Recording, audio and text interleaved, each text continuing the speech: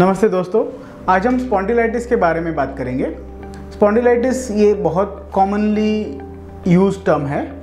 जैसे कि कोई भी कॉमन मैन भी आजकल बोलता है कि मुझे स्पॉन्डिलाइटिस की तकलीफ है, मुझे नेक का, लंबर मतलब लो बैक का स्पॉन्डिलाइटिस है।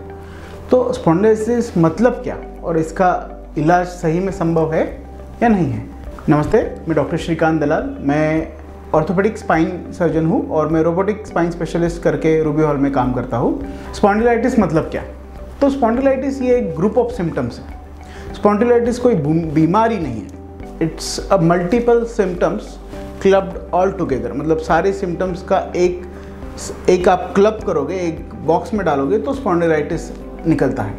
तो उसमें क्या क्या दिखता है? तो सर्वाइकल स्पॉन्डिलाइटिस के सिम्टम्स है हेडेक होना, गर्दन में दर्द होना, गर्दन का दर्द हाथों में आना, लो बैक पेन होना, लो बैक का दर्द नीचे लेग्स में आना, पैर में और हाथ में झुंझुनाहट सा होना, चलते वक्त बैलेंस जाना, ये सारे स्पॉन्डिलाइटिस के सिम्टम हैं और ये ऑल ग्रुप टुगेदर हम स्पॉन्डिलाइटिस बनाते हैं। अभी इसका डायग्नोसिस कैसे करना है?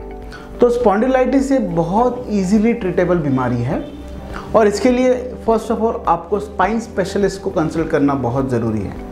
आपके आजू बाजू जो भी कोई स्पाइन स्पेशलिस्ट हो उसको आप कंसल्ट करके आप इसका अचूक निदान कर सकते हैं। तो कैसे हम करते हैं इसका? तो एज ए स्पाइन स्पेशलिस्ट हम पहले पेशेंट को डिटेल एग्जामिन करते हैं, उसको चेक करते हैं, कोई स्पेसिफिक टेस्ट होती है वो हम सब करते हैं। उसके बाद में हम उसका एक्सरे ऑर्डर करते हैं और बाद में MRI की जाँच करते हैं।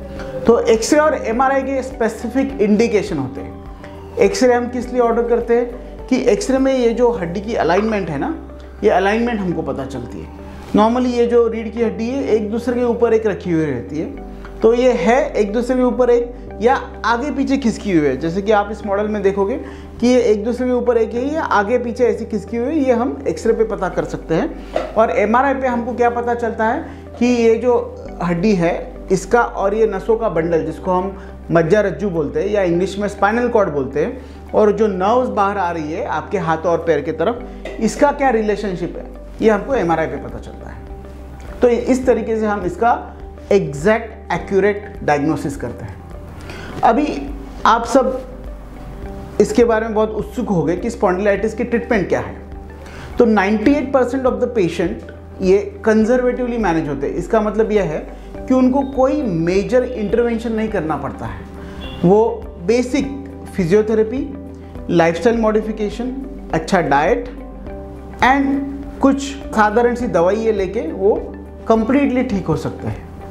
जो बचे हुए 2% लोग हैं जो ये सब करके ठीक नहीं होते, उनको भी हम 2 कैटेगरी में डिवाइड करते हैं। 1% पब्लिक उसमें ये है जो पेन मैनेजमेंट थेरेपी, जिसको हम बोलते हैं नर्व रूट ब्लॉक्स, इससे ठीक होते हैं। नर्व रूट ब्लॉक क्या है? तो हमारे पास एक एडवांस मशीन होता है जिसको हम फ्लूरोस्कोप बोलते हैं। उसके अंदर देख के सुई बराबर वो नस के पास आती है जो चोकअप हुई है, और हम इंजेक्शन के माध्यम से वो चोकअप निकालते हैं। इसको हम बोलते हैं सिलेक्टिव नर्व रूट ब्लॉक। और जो ऊपर के 98+1% मतलब 99% ये सारी चीज़ें ट्राई करके भी ठीक नहीं होते, वो लास्ट 1% लोगों को हमको कुछ इंटरवेंशन करना पड़ता है। तो एज ए स्पाइन स्पेशलिस्ट हम क्या इंटरवेंशन करते हैं?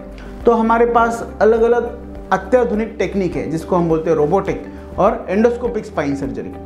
तो नेक्स्ट और एक आता है उसमें मिनिमल इन्वेजिव स्पाइन सर्जरी, जिसमें होता है कि दूरबीन के माध्यम से हम अंदर जाके वो जो नस का चोकअप है वो निकाल देते हैं। और ये डे केयर प्रोसीजर होती है।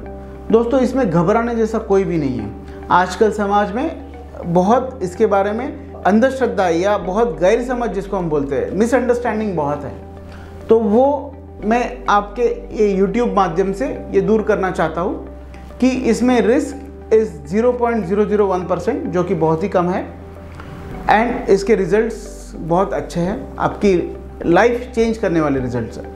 तो आखिरी में आपको कुछ भी स्पॉन्डिलाइटिस से रिलेटेड कोई भी सवाल हो तो आप प्लीज़ कमेंट बॉक्स में लिखिए, हमारी टीम आपको ज़रूर रिप्लाई करेगी। या हमारे ऑर्थोस बाणे सेंटर पे आप विज़िट करना चाहते हो तो विज़िट करके इसके बारे में आप डिटेल जानकारी ले सकते हो कि स्पॉन्डिलाइटिस क्या है, किसके वजह से होता है, हम इसको कैसे प्रिवेंट कर सकते हैं, कैसे रोक सकते हैं, और अगर इनकेस आपको हो भी गया है तो उसको कैसे हम सक्सेसफुली ट्रीट कर सकते हैं। थैंक यू, धन्यवाद।